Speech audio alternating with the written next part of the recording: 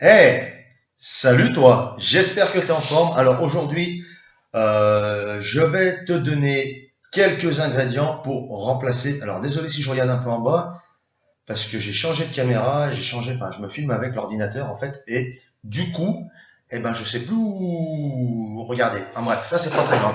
Donc je te disais, ouais, je vais te parler de plusieurs ingrédients pour remplacer le beurre, parce que c'est vrai que quand on commence à se remettre à manger correctement, on ne sait plus où donner de la tête parce qu'on a des mauvaises habitudes, par exemple, comme le beurre, et on ne sait plus par quoi le remplacer, en fait. Donc, je vais te donner plusieurs ingrédients pour remplacer le beurre. En plus, comme tu dois le savoir, le beurre, c'est blindé de gras saturé, donc qui est le gras, le mauvais gras, et de cholestérol. Donc, c'est vraiment pas le top. C'est de la grosse bip. Allez, c'est parti. On attaque tout de suite. Alors, on commence par la cousine, on va dire ça, du beurre, c'est la margarine. Alors, contrairement au beurre, elle a l'avantage d'être issue de produits végétaux, donc non animal, donc pour les végétariens, végétaliens, végétatou. Je veux dire déjà, pardon, à ce point de vue-là, c'est top. Par contre, attention quand même à la margarine, parce que généralement, elle est blindée d'additifs et en plus de ça, elle est riche en gras saturés et hydrogénés. Mais par contre, si tu peux pas te passer tout de suite du beurre et que tu veux passer à autre chose, tu peux passer par exemple à la margarine puisqu'elle est exempte de cholestérol. Donc, le second aliment, c'est l'huile. Donc ça, tu connais, pas de problème, hein. Par contre, il faut éviter impérativement les huiles de palme, les huiles de copra, les huiles de tournesol, ainsi de suite, parce que c'est vraiment les plus mauvaises huiles. Il faudra plutôt te tourner vers l'huile d'olive, pardon, ou l'huile de coco pour la cuisson. Malgré le fait que l'huile de coco soit riche en gras saturés, elle apporte des bonnes choses au niveau cardiovasculaire et elle n'a pas vraiment d'effet néfaste sur le corps. D'après les dernières études qui ont été réalisées, puisqu'il y a très très peu d'études à ce jour sur l'huile de coco. Ensuite, l'huile, elle t'apporte des bonnes graisses, des acides gras mono et polyinsaturés.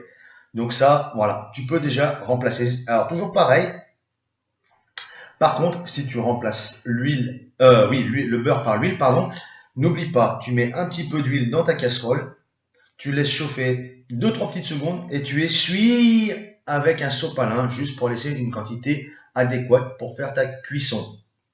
Donc, comme je te disais, je ne te conseille pas de cuire avec l'huile d'olive, j'en ai déjà parlé dans une autre vidéo. Pour remplacer le beurre, c'est tout simplement la purée d'amande.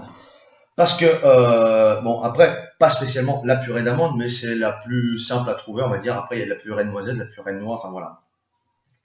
Où tu retrouves également ces choses-là en huile. Mais la purée d'amande, elle a la consistance un peu du beurre pommade, donc tu vois, un peu mou, on va dire, un peu, voilà, facile à travailler.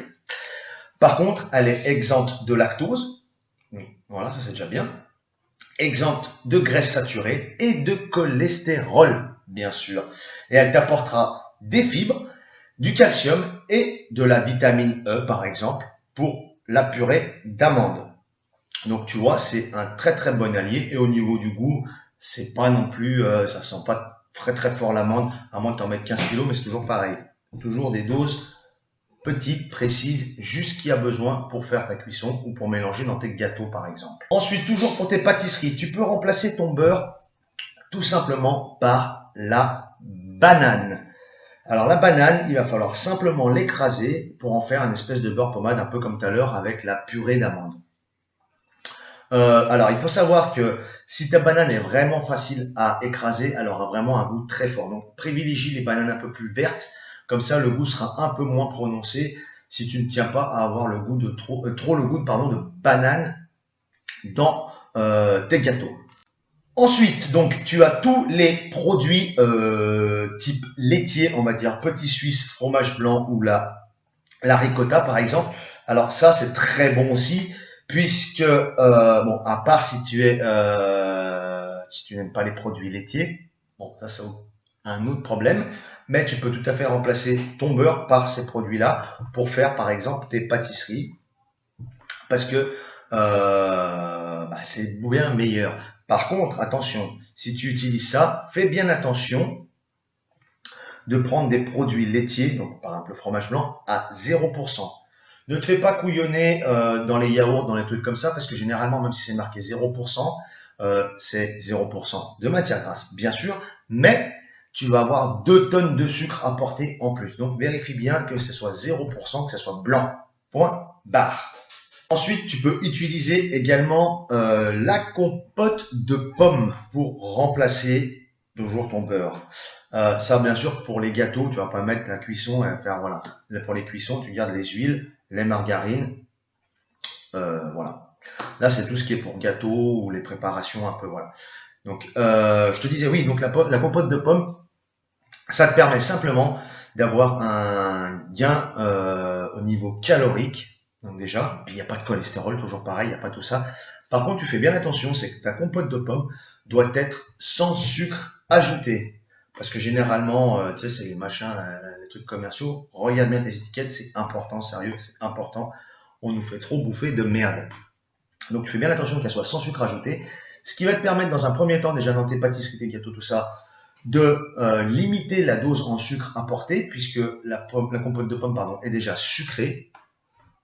Voilà. Et après, au niveau du goût, c'est très peu, ça a très peu de goût. Par exemple, tu fais un gâteau au chocolat ou des trucs comme ça. Je veux dire, la pomme va pas ressortir énormément. Alors c'est toujours pareil, les doses, t'en mets pas 800 kilos. C'est à toi de chercher à peu près. Bon, la première recette, tu vas peut-être louper, puis la fois d'après, tu sauras faire un peu mieux. Toujours dans les aliments bons pour la santé, pour remplacer ton beurre. Je te conseille également les lentilles corail. Tu sais, c'est les lentilles un peu roses là. Alors, pourquoi les lentilles corail? Parce que tout simplement, elles ont tendance à avoir un goût très peu prononcé, c'est-à-dire très peu, voilà, ça a très peu de goût. Et en plus de ça, elles font un peu pâteuses, un peu comme de la purée. Donc c'est pareil, tu as le même principe que la banane ou la, il va pas y arriver, la purée d'amande. Il suffira simplement de l'écraser, d'avoir une petite purée et tu pourras l'ajouter dans tes plats pour remplacer le beurre. Le dernier aliment que je te conseille, c'est donc l'avocat. Toujours pareil, pour pas avoir un goût trop prononcé, évite. Bon, là, faut le prendre un peu mûr parce que sinon tu vas galérer pour l'écraser. Vraiment, tu le passes au mixeur. Voilà, tu peux le passer au mixeur d'ailleurs, c'est une très bonne idée. Sinon, oui, je te disais, donc toujours pareil au niveau de la quantité, tu mets pas 15 kilos d'avocat dedans, une moitié d'avocat, généralement ça devrait suffire à peu près. Puisqu'il est composé de 16% de matière grasse, de lipides donc, mais qui sont de bonnes lipides, puisque c'est des acides gras insaturés. Donc aussi au niveau des calories, c'est super parce que c'est pas du beurre, pas de cholestérol, toujours pareil. Eh ben écoute, je pense avoir fait le tour de ces aliments qui peuvent remplacer le beurre dans tes plats, dans tes pâtes, dans tes salades, dans tes gâteaux surtout, puisque si tu aimes bien faire des gâteaux, c'est important. Tu verras, tu vas avoir tout de suite des petits résultats puisque tu vas supprimer les mauvaises graisses pour les remplacer par de bonnes graisses. Alors c'est pareil, c'est pas parce que tu remplaces par des bonnes graisses qu'il faut en manger 8 parts au lieu de 1. Bon, et écoute, ce que je te propose, c'est de mettre un pouce bleu juste en dessous, un pouce rouge toujours pareil, si tu peux pas me blairer. D'ailleurs, comme d'habitude, je sais pas ce que tu fous encore là, si tu peux pas me blairer. De t'abonner et de cliquer sur la petite cloche, comme ça tu seras au courant des dernières vidéos que je mets en ligne. Et moi, je te dis à bientôt pour une prochaine vidéo. Ciao!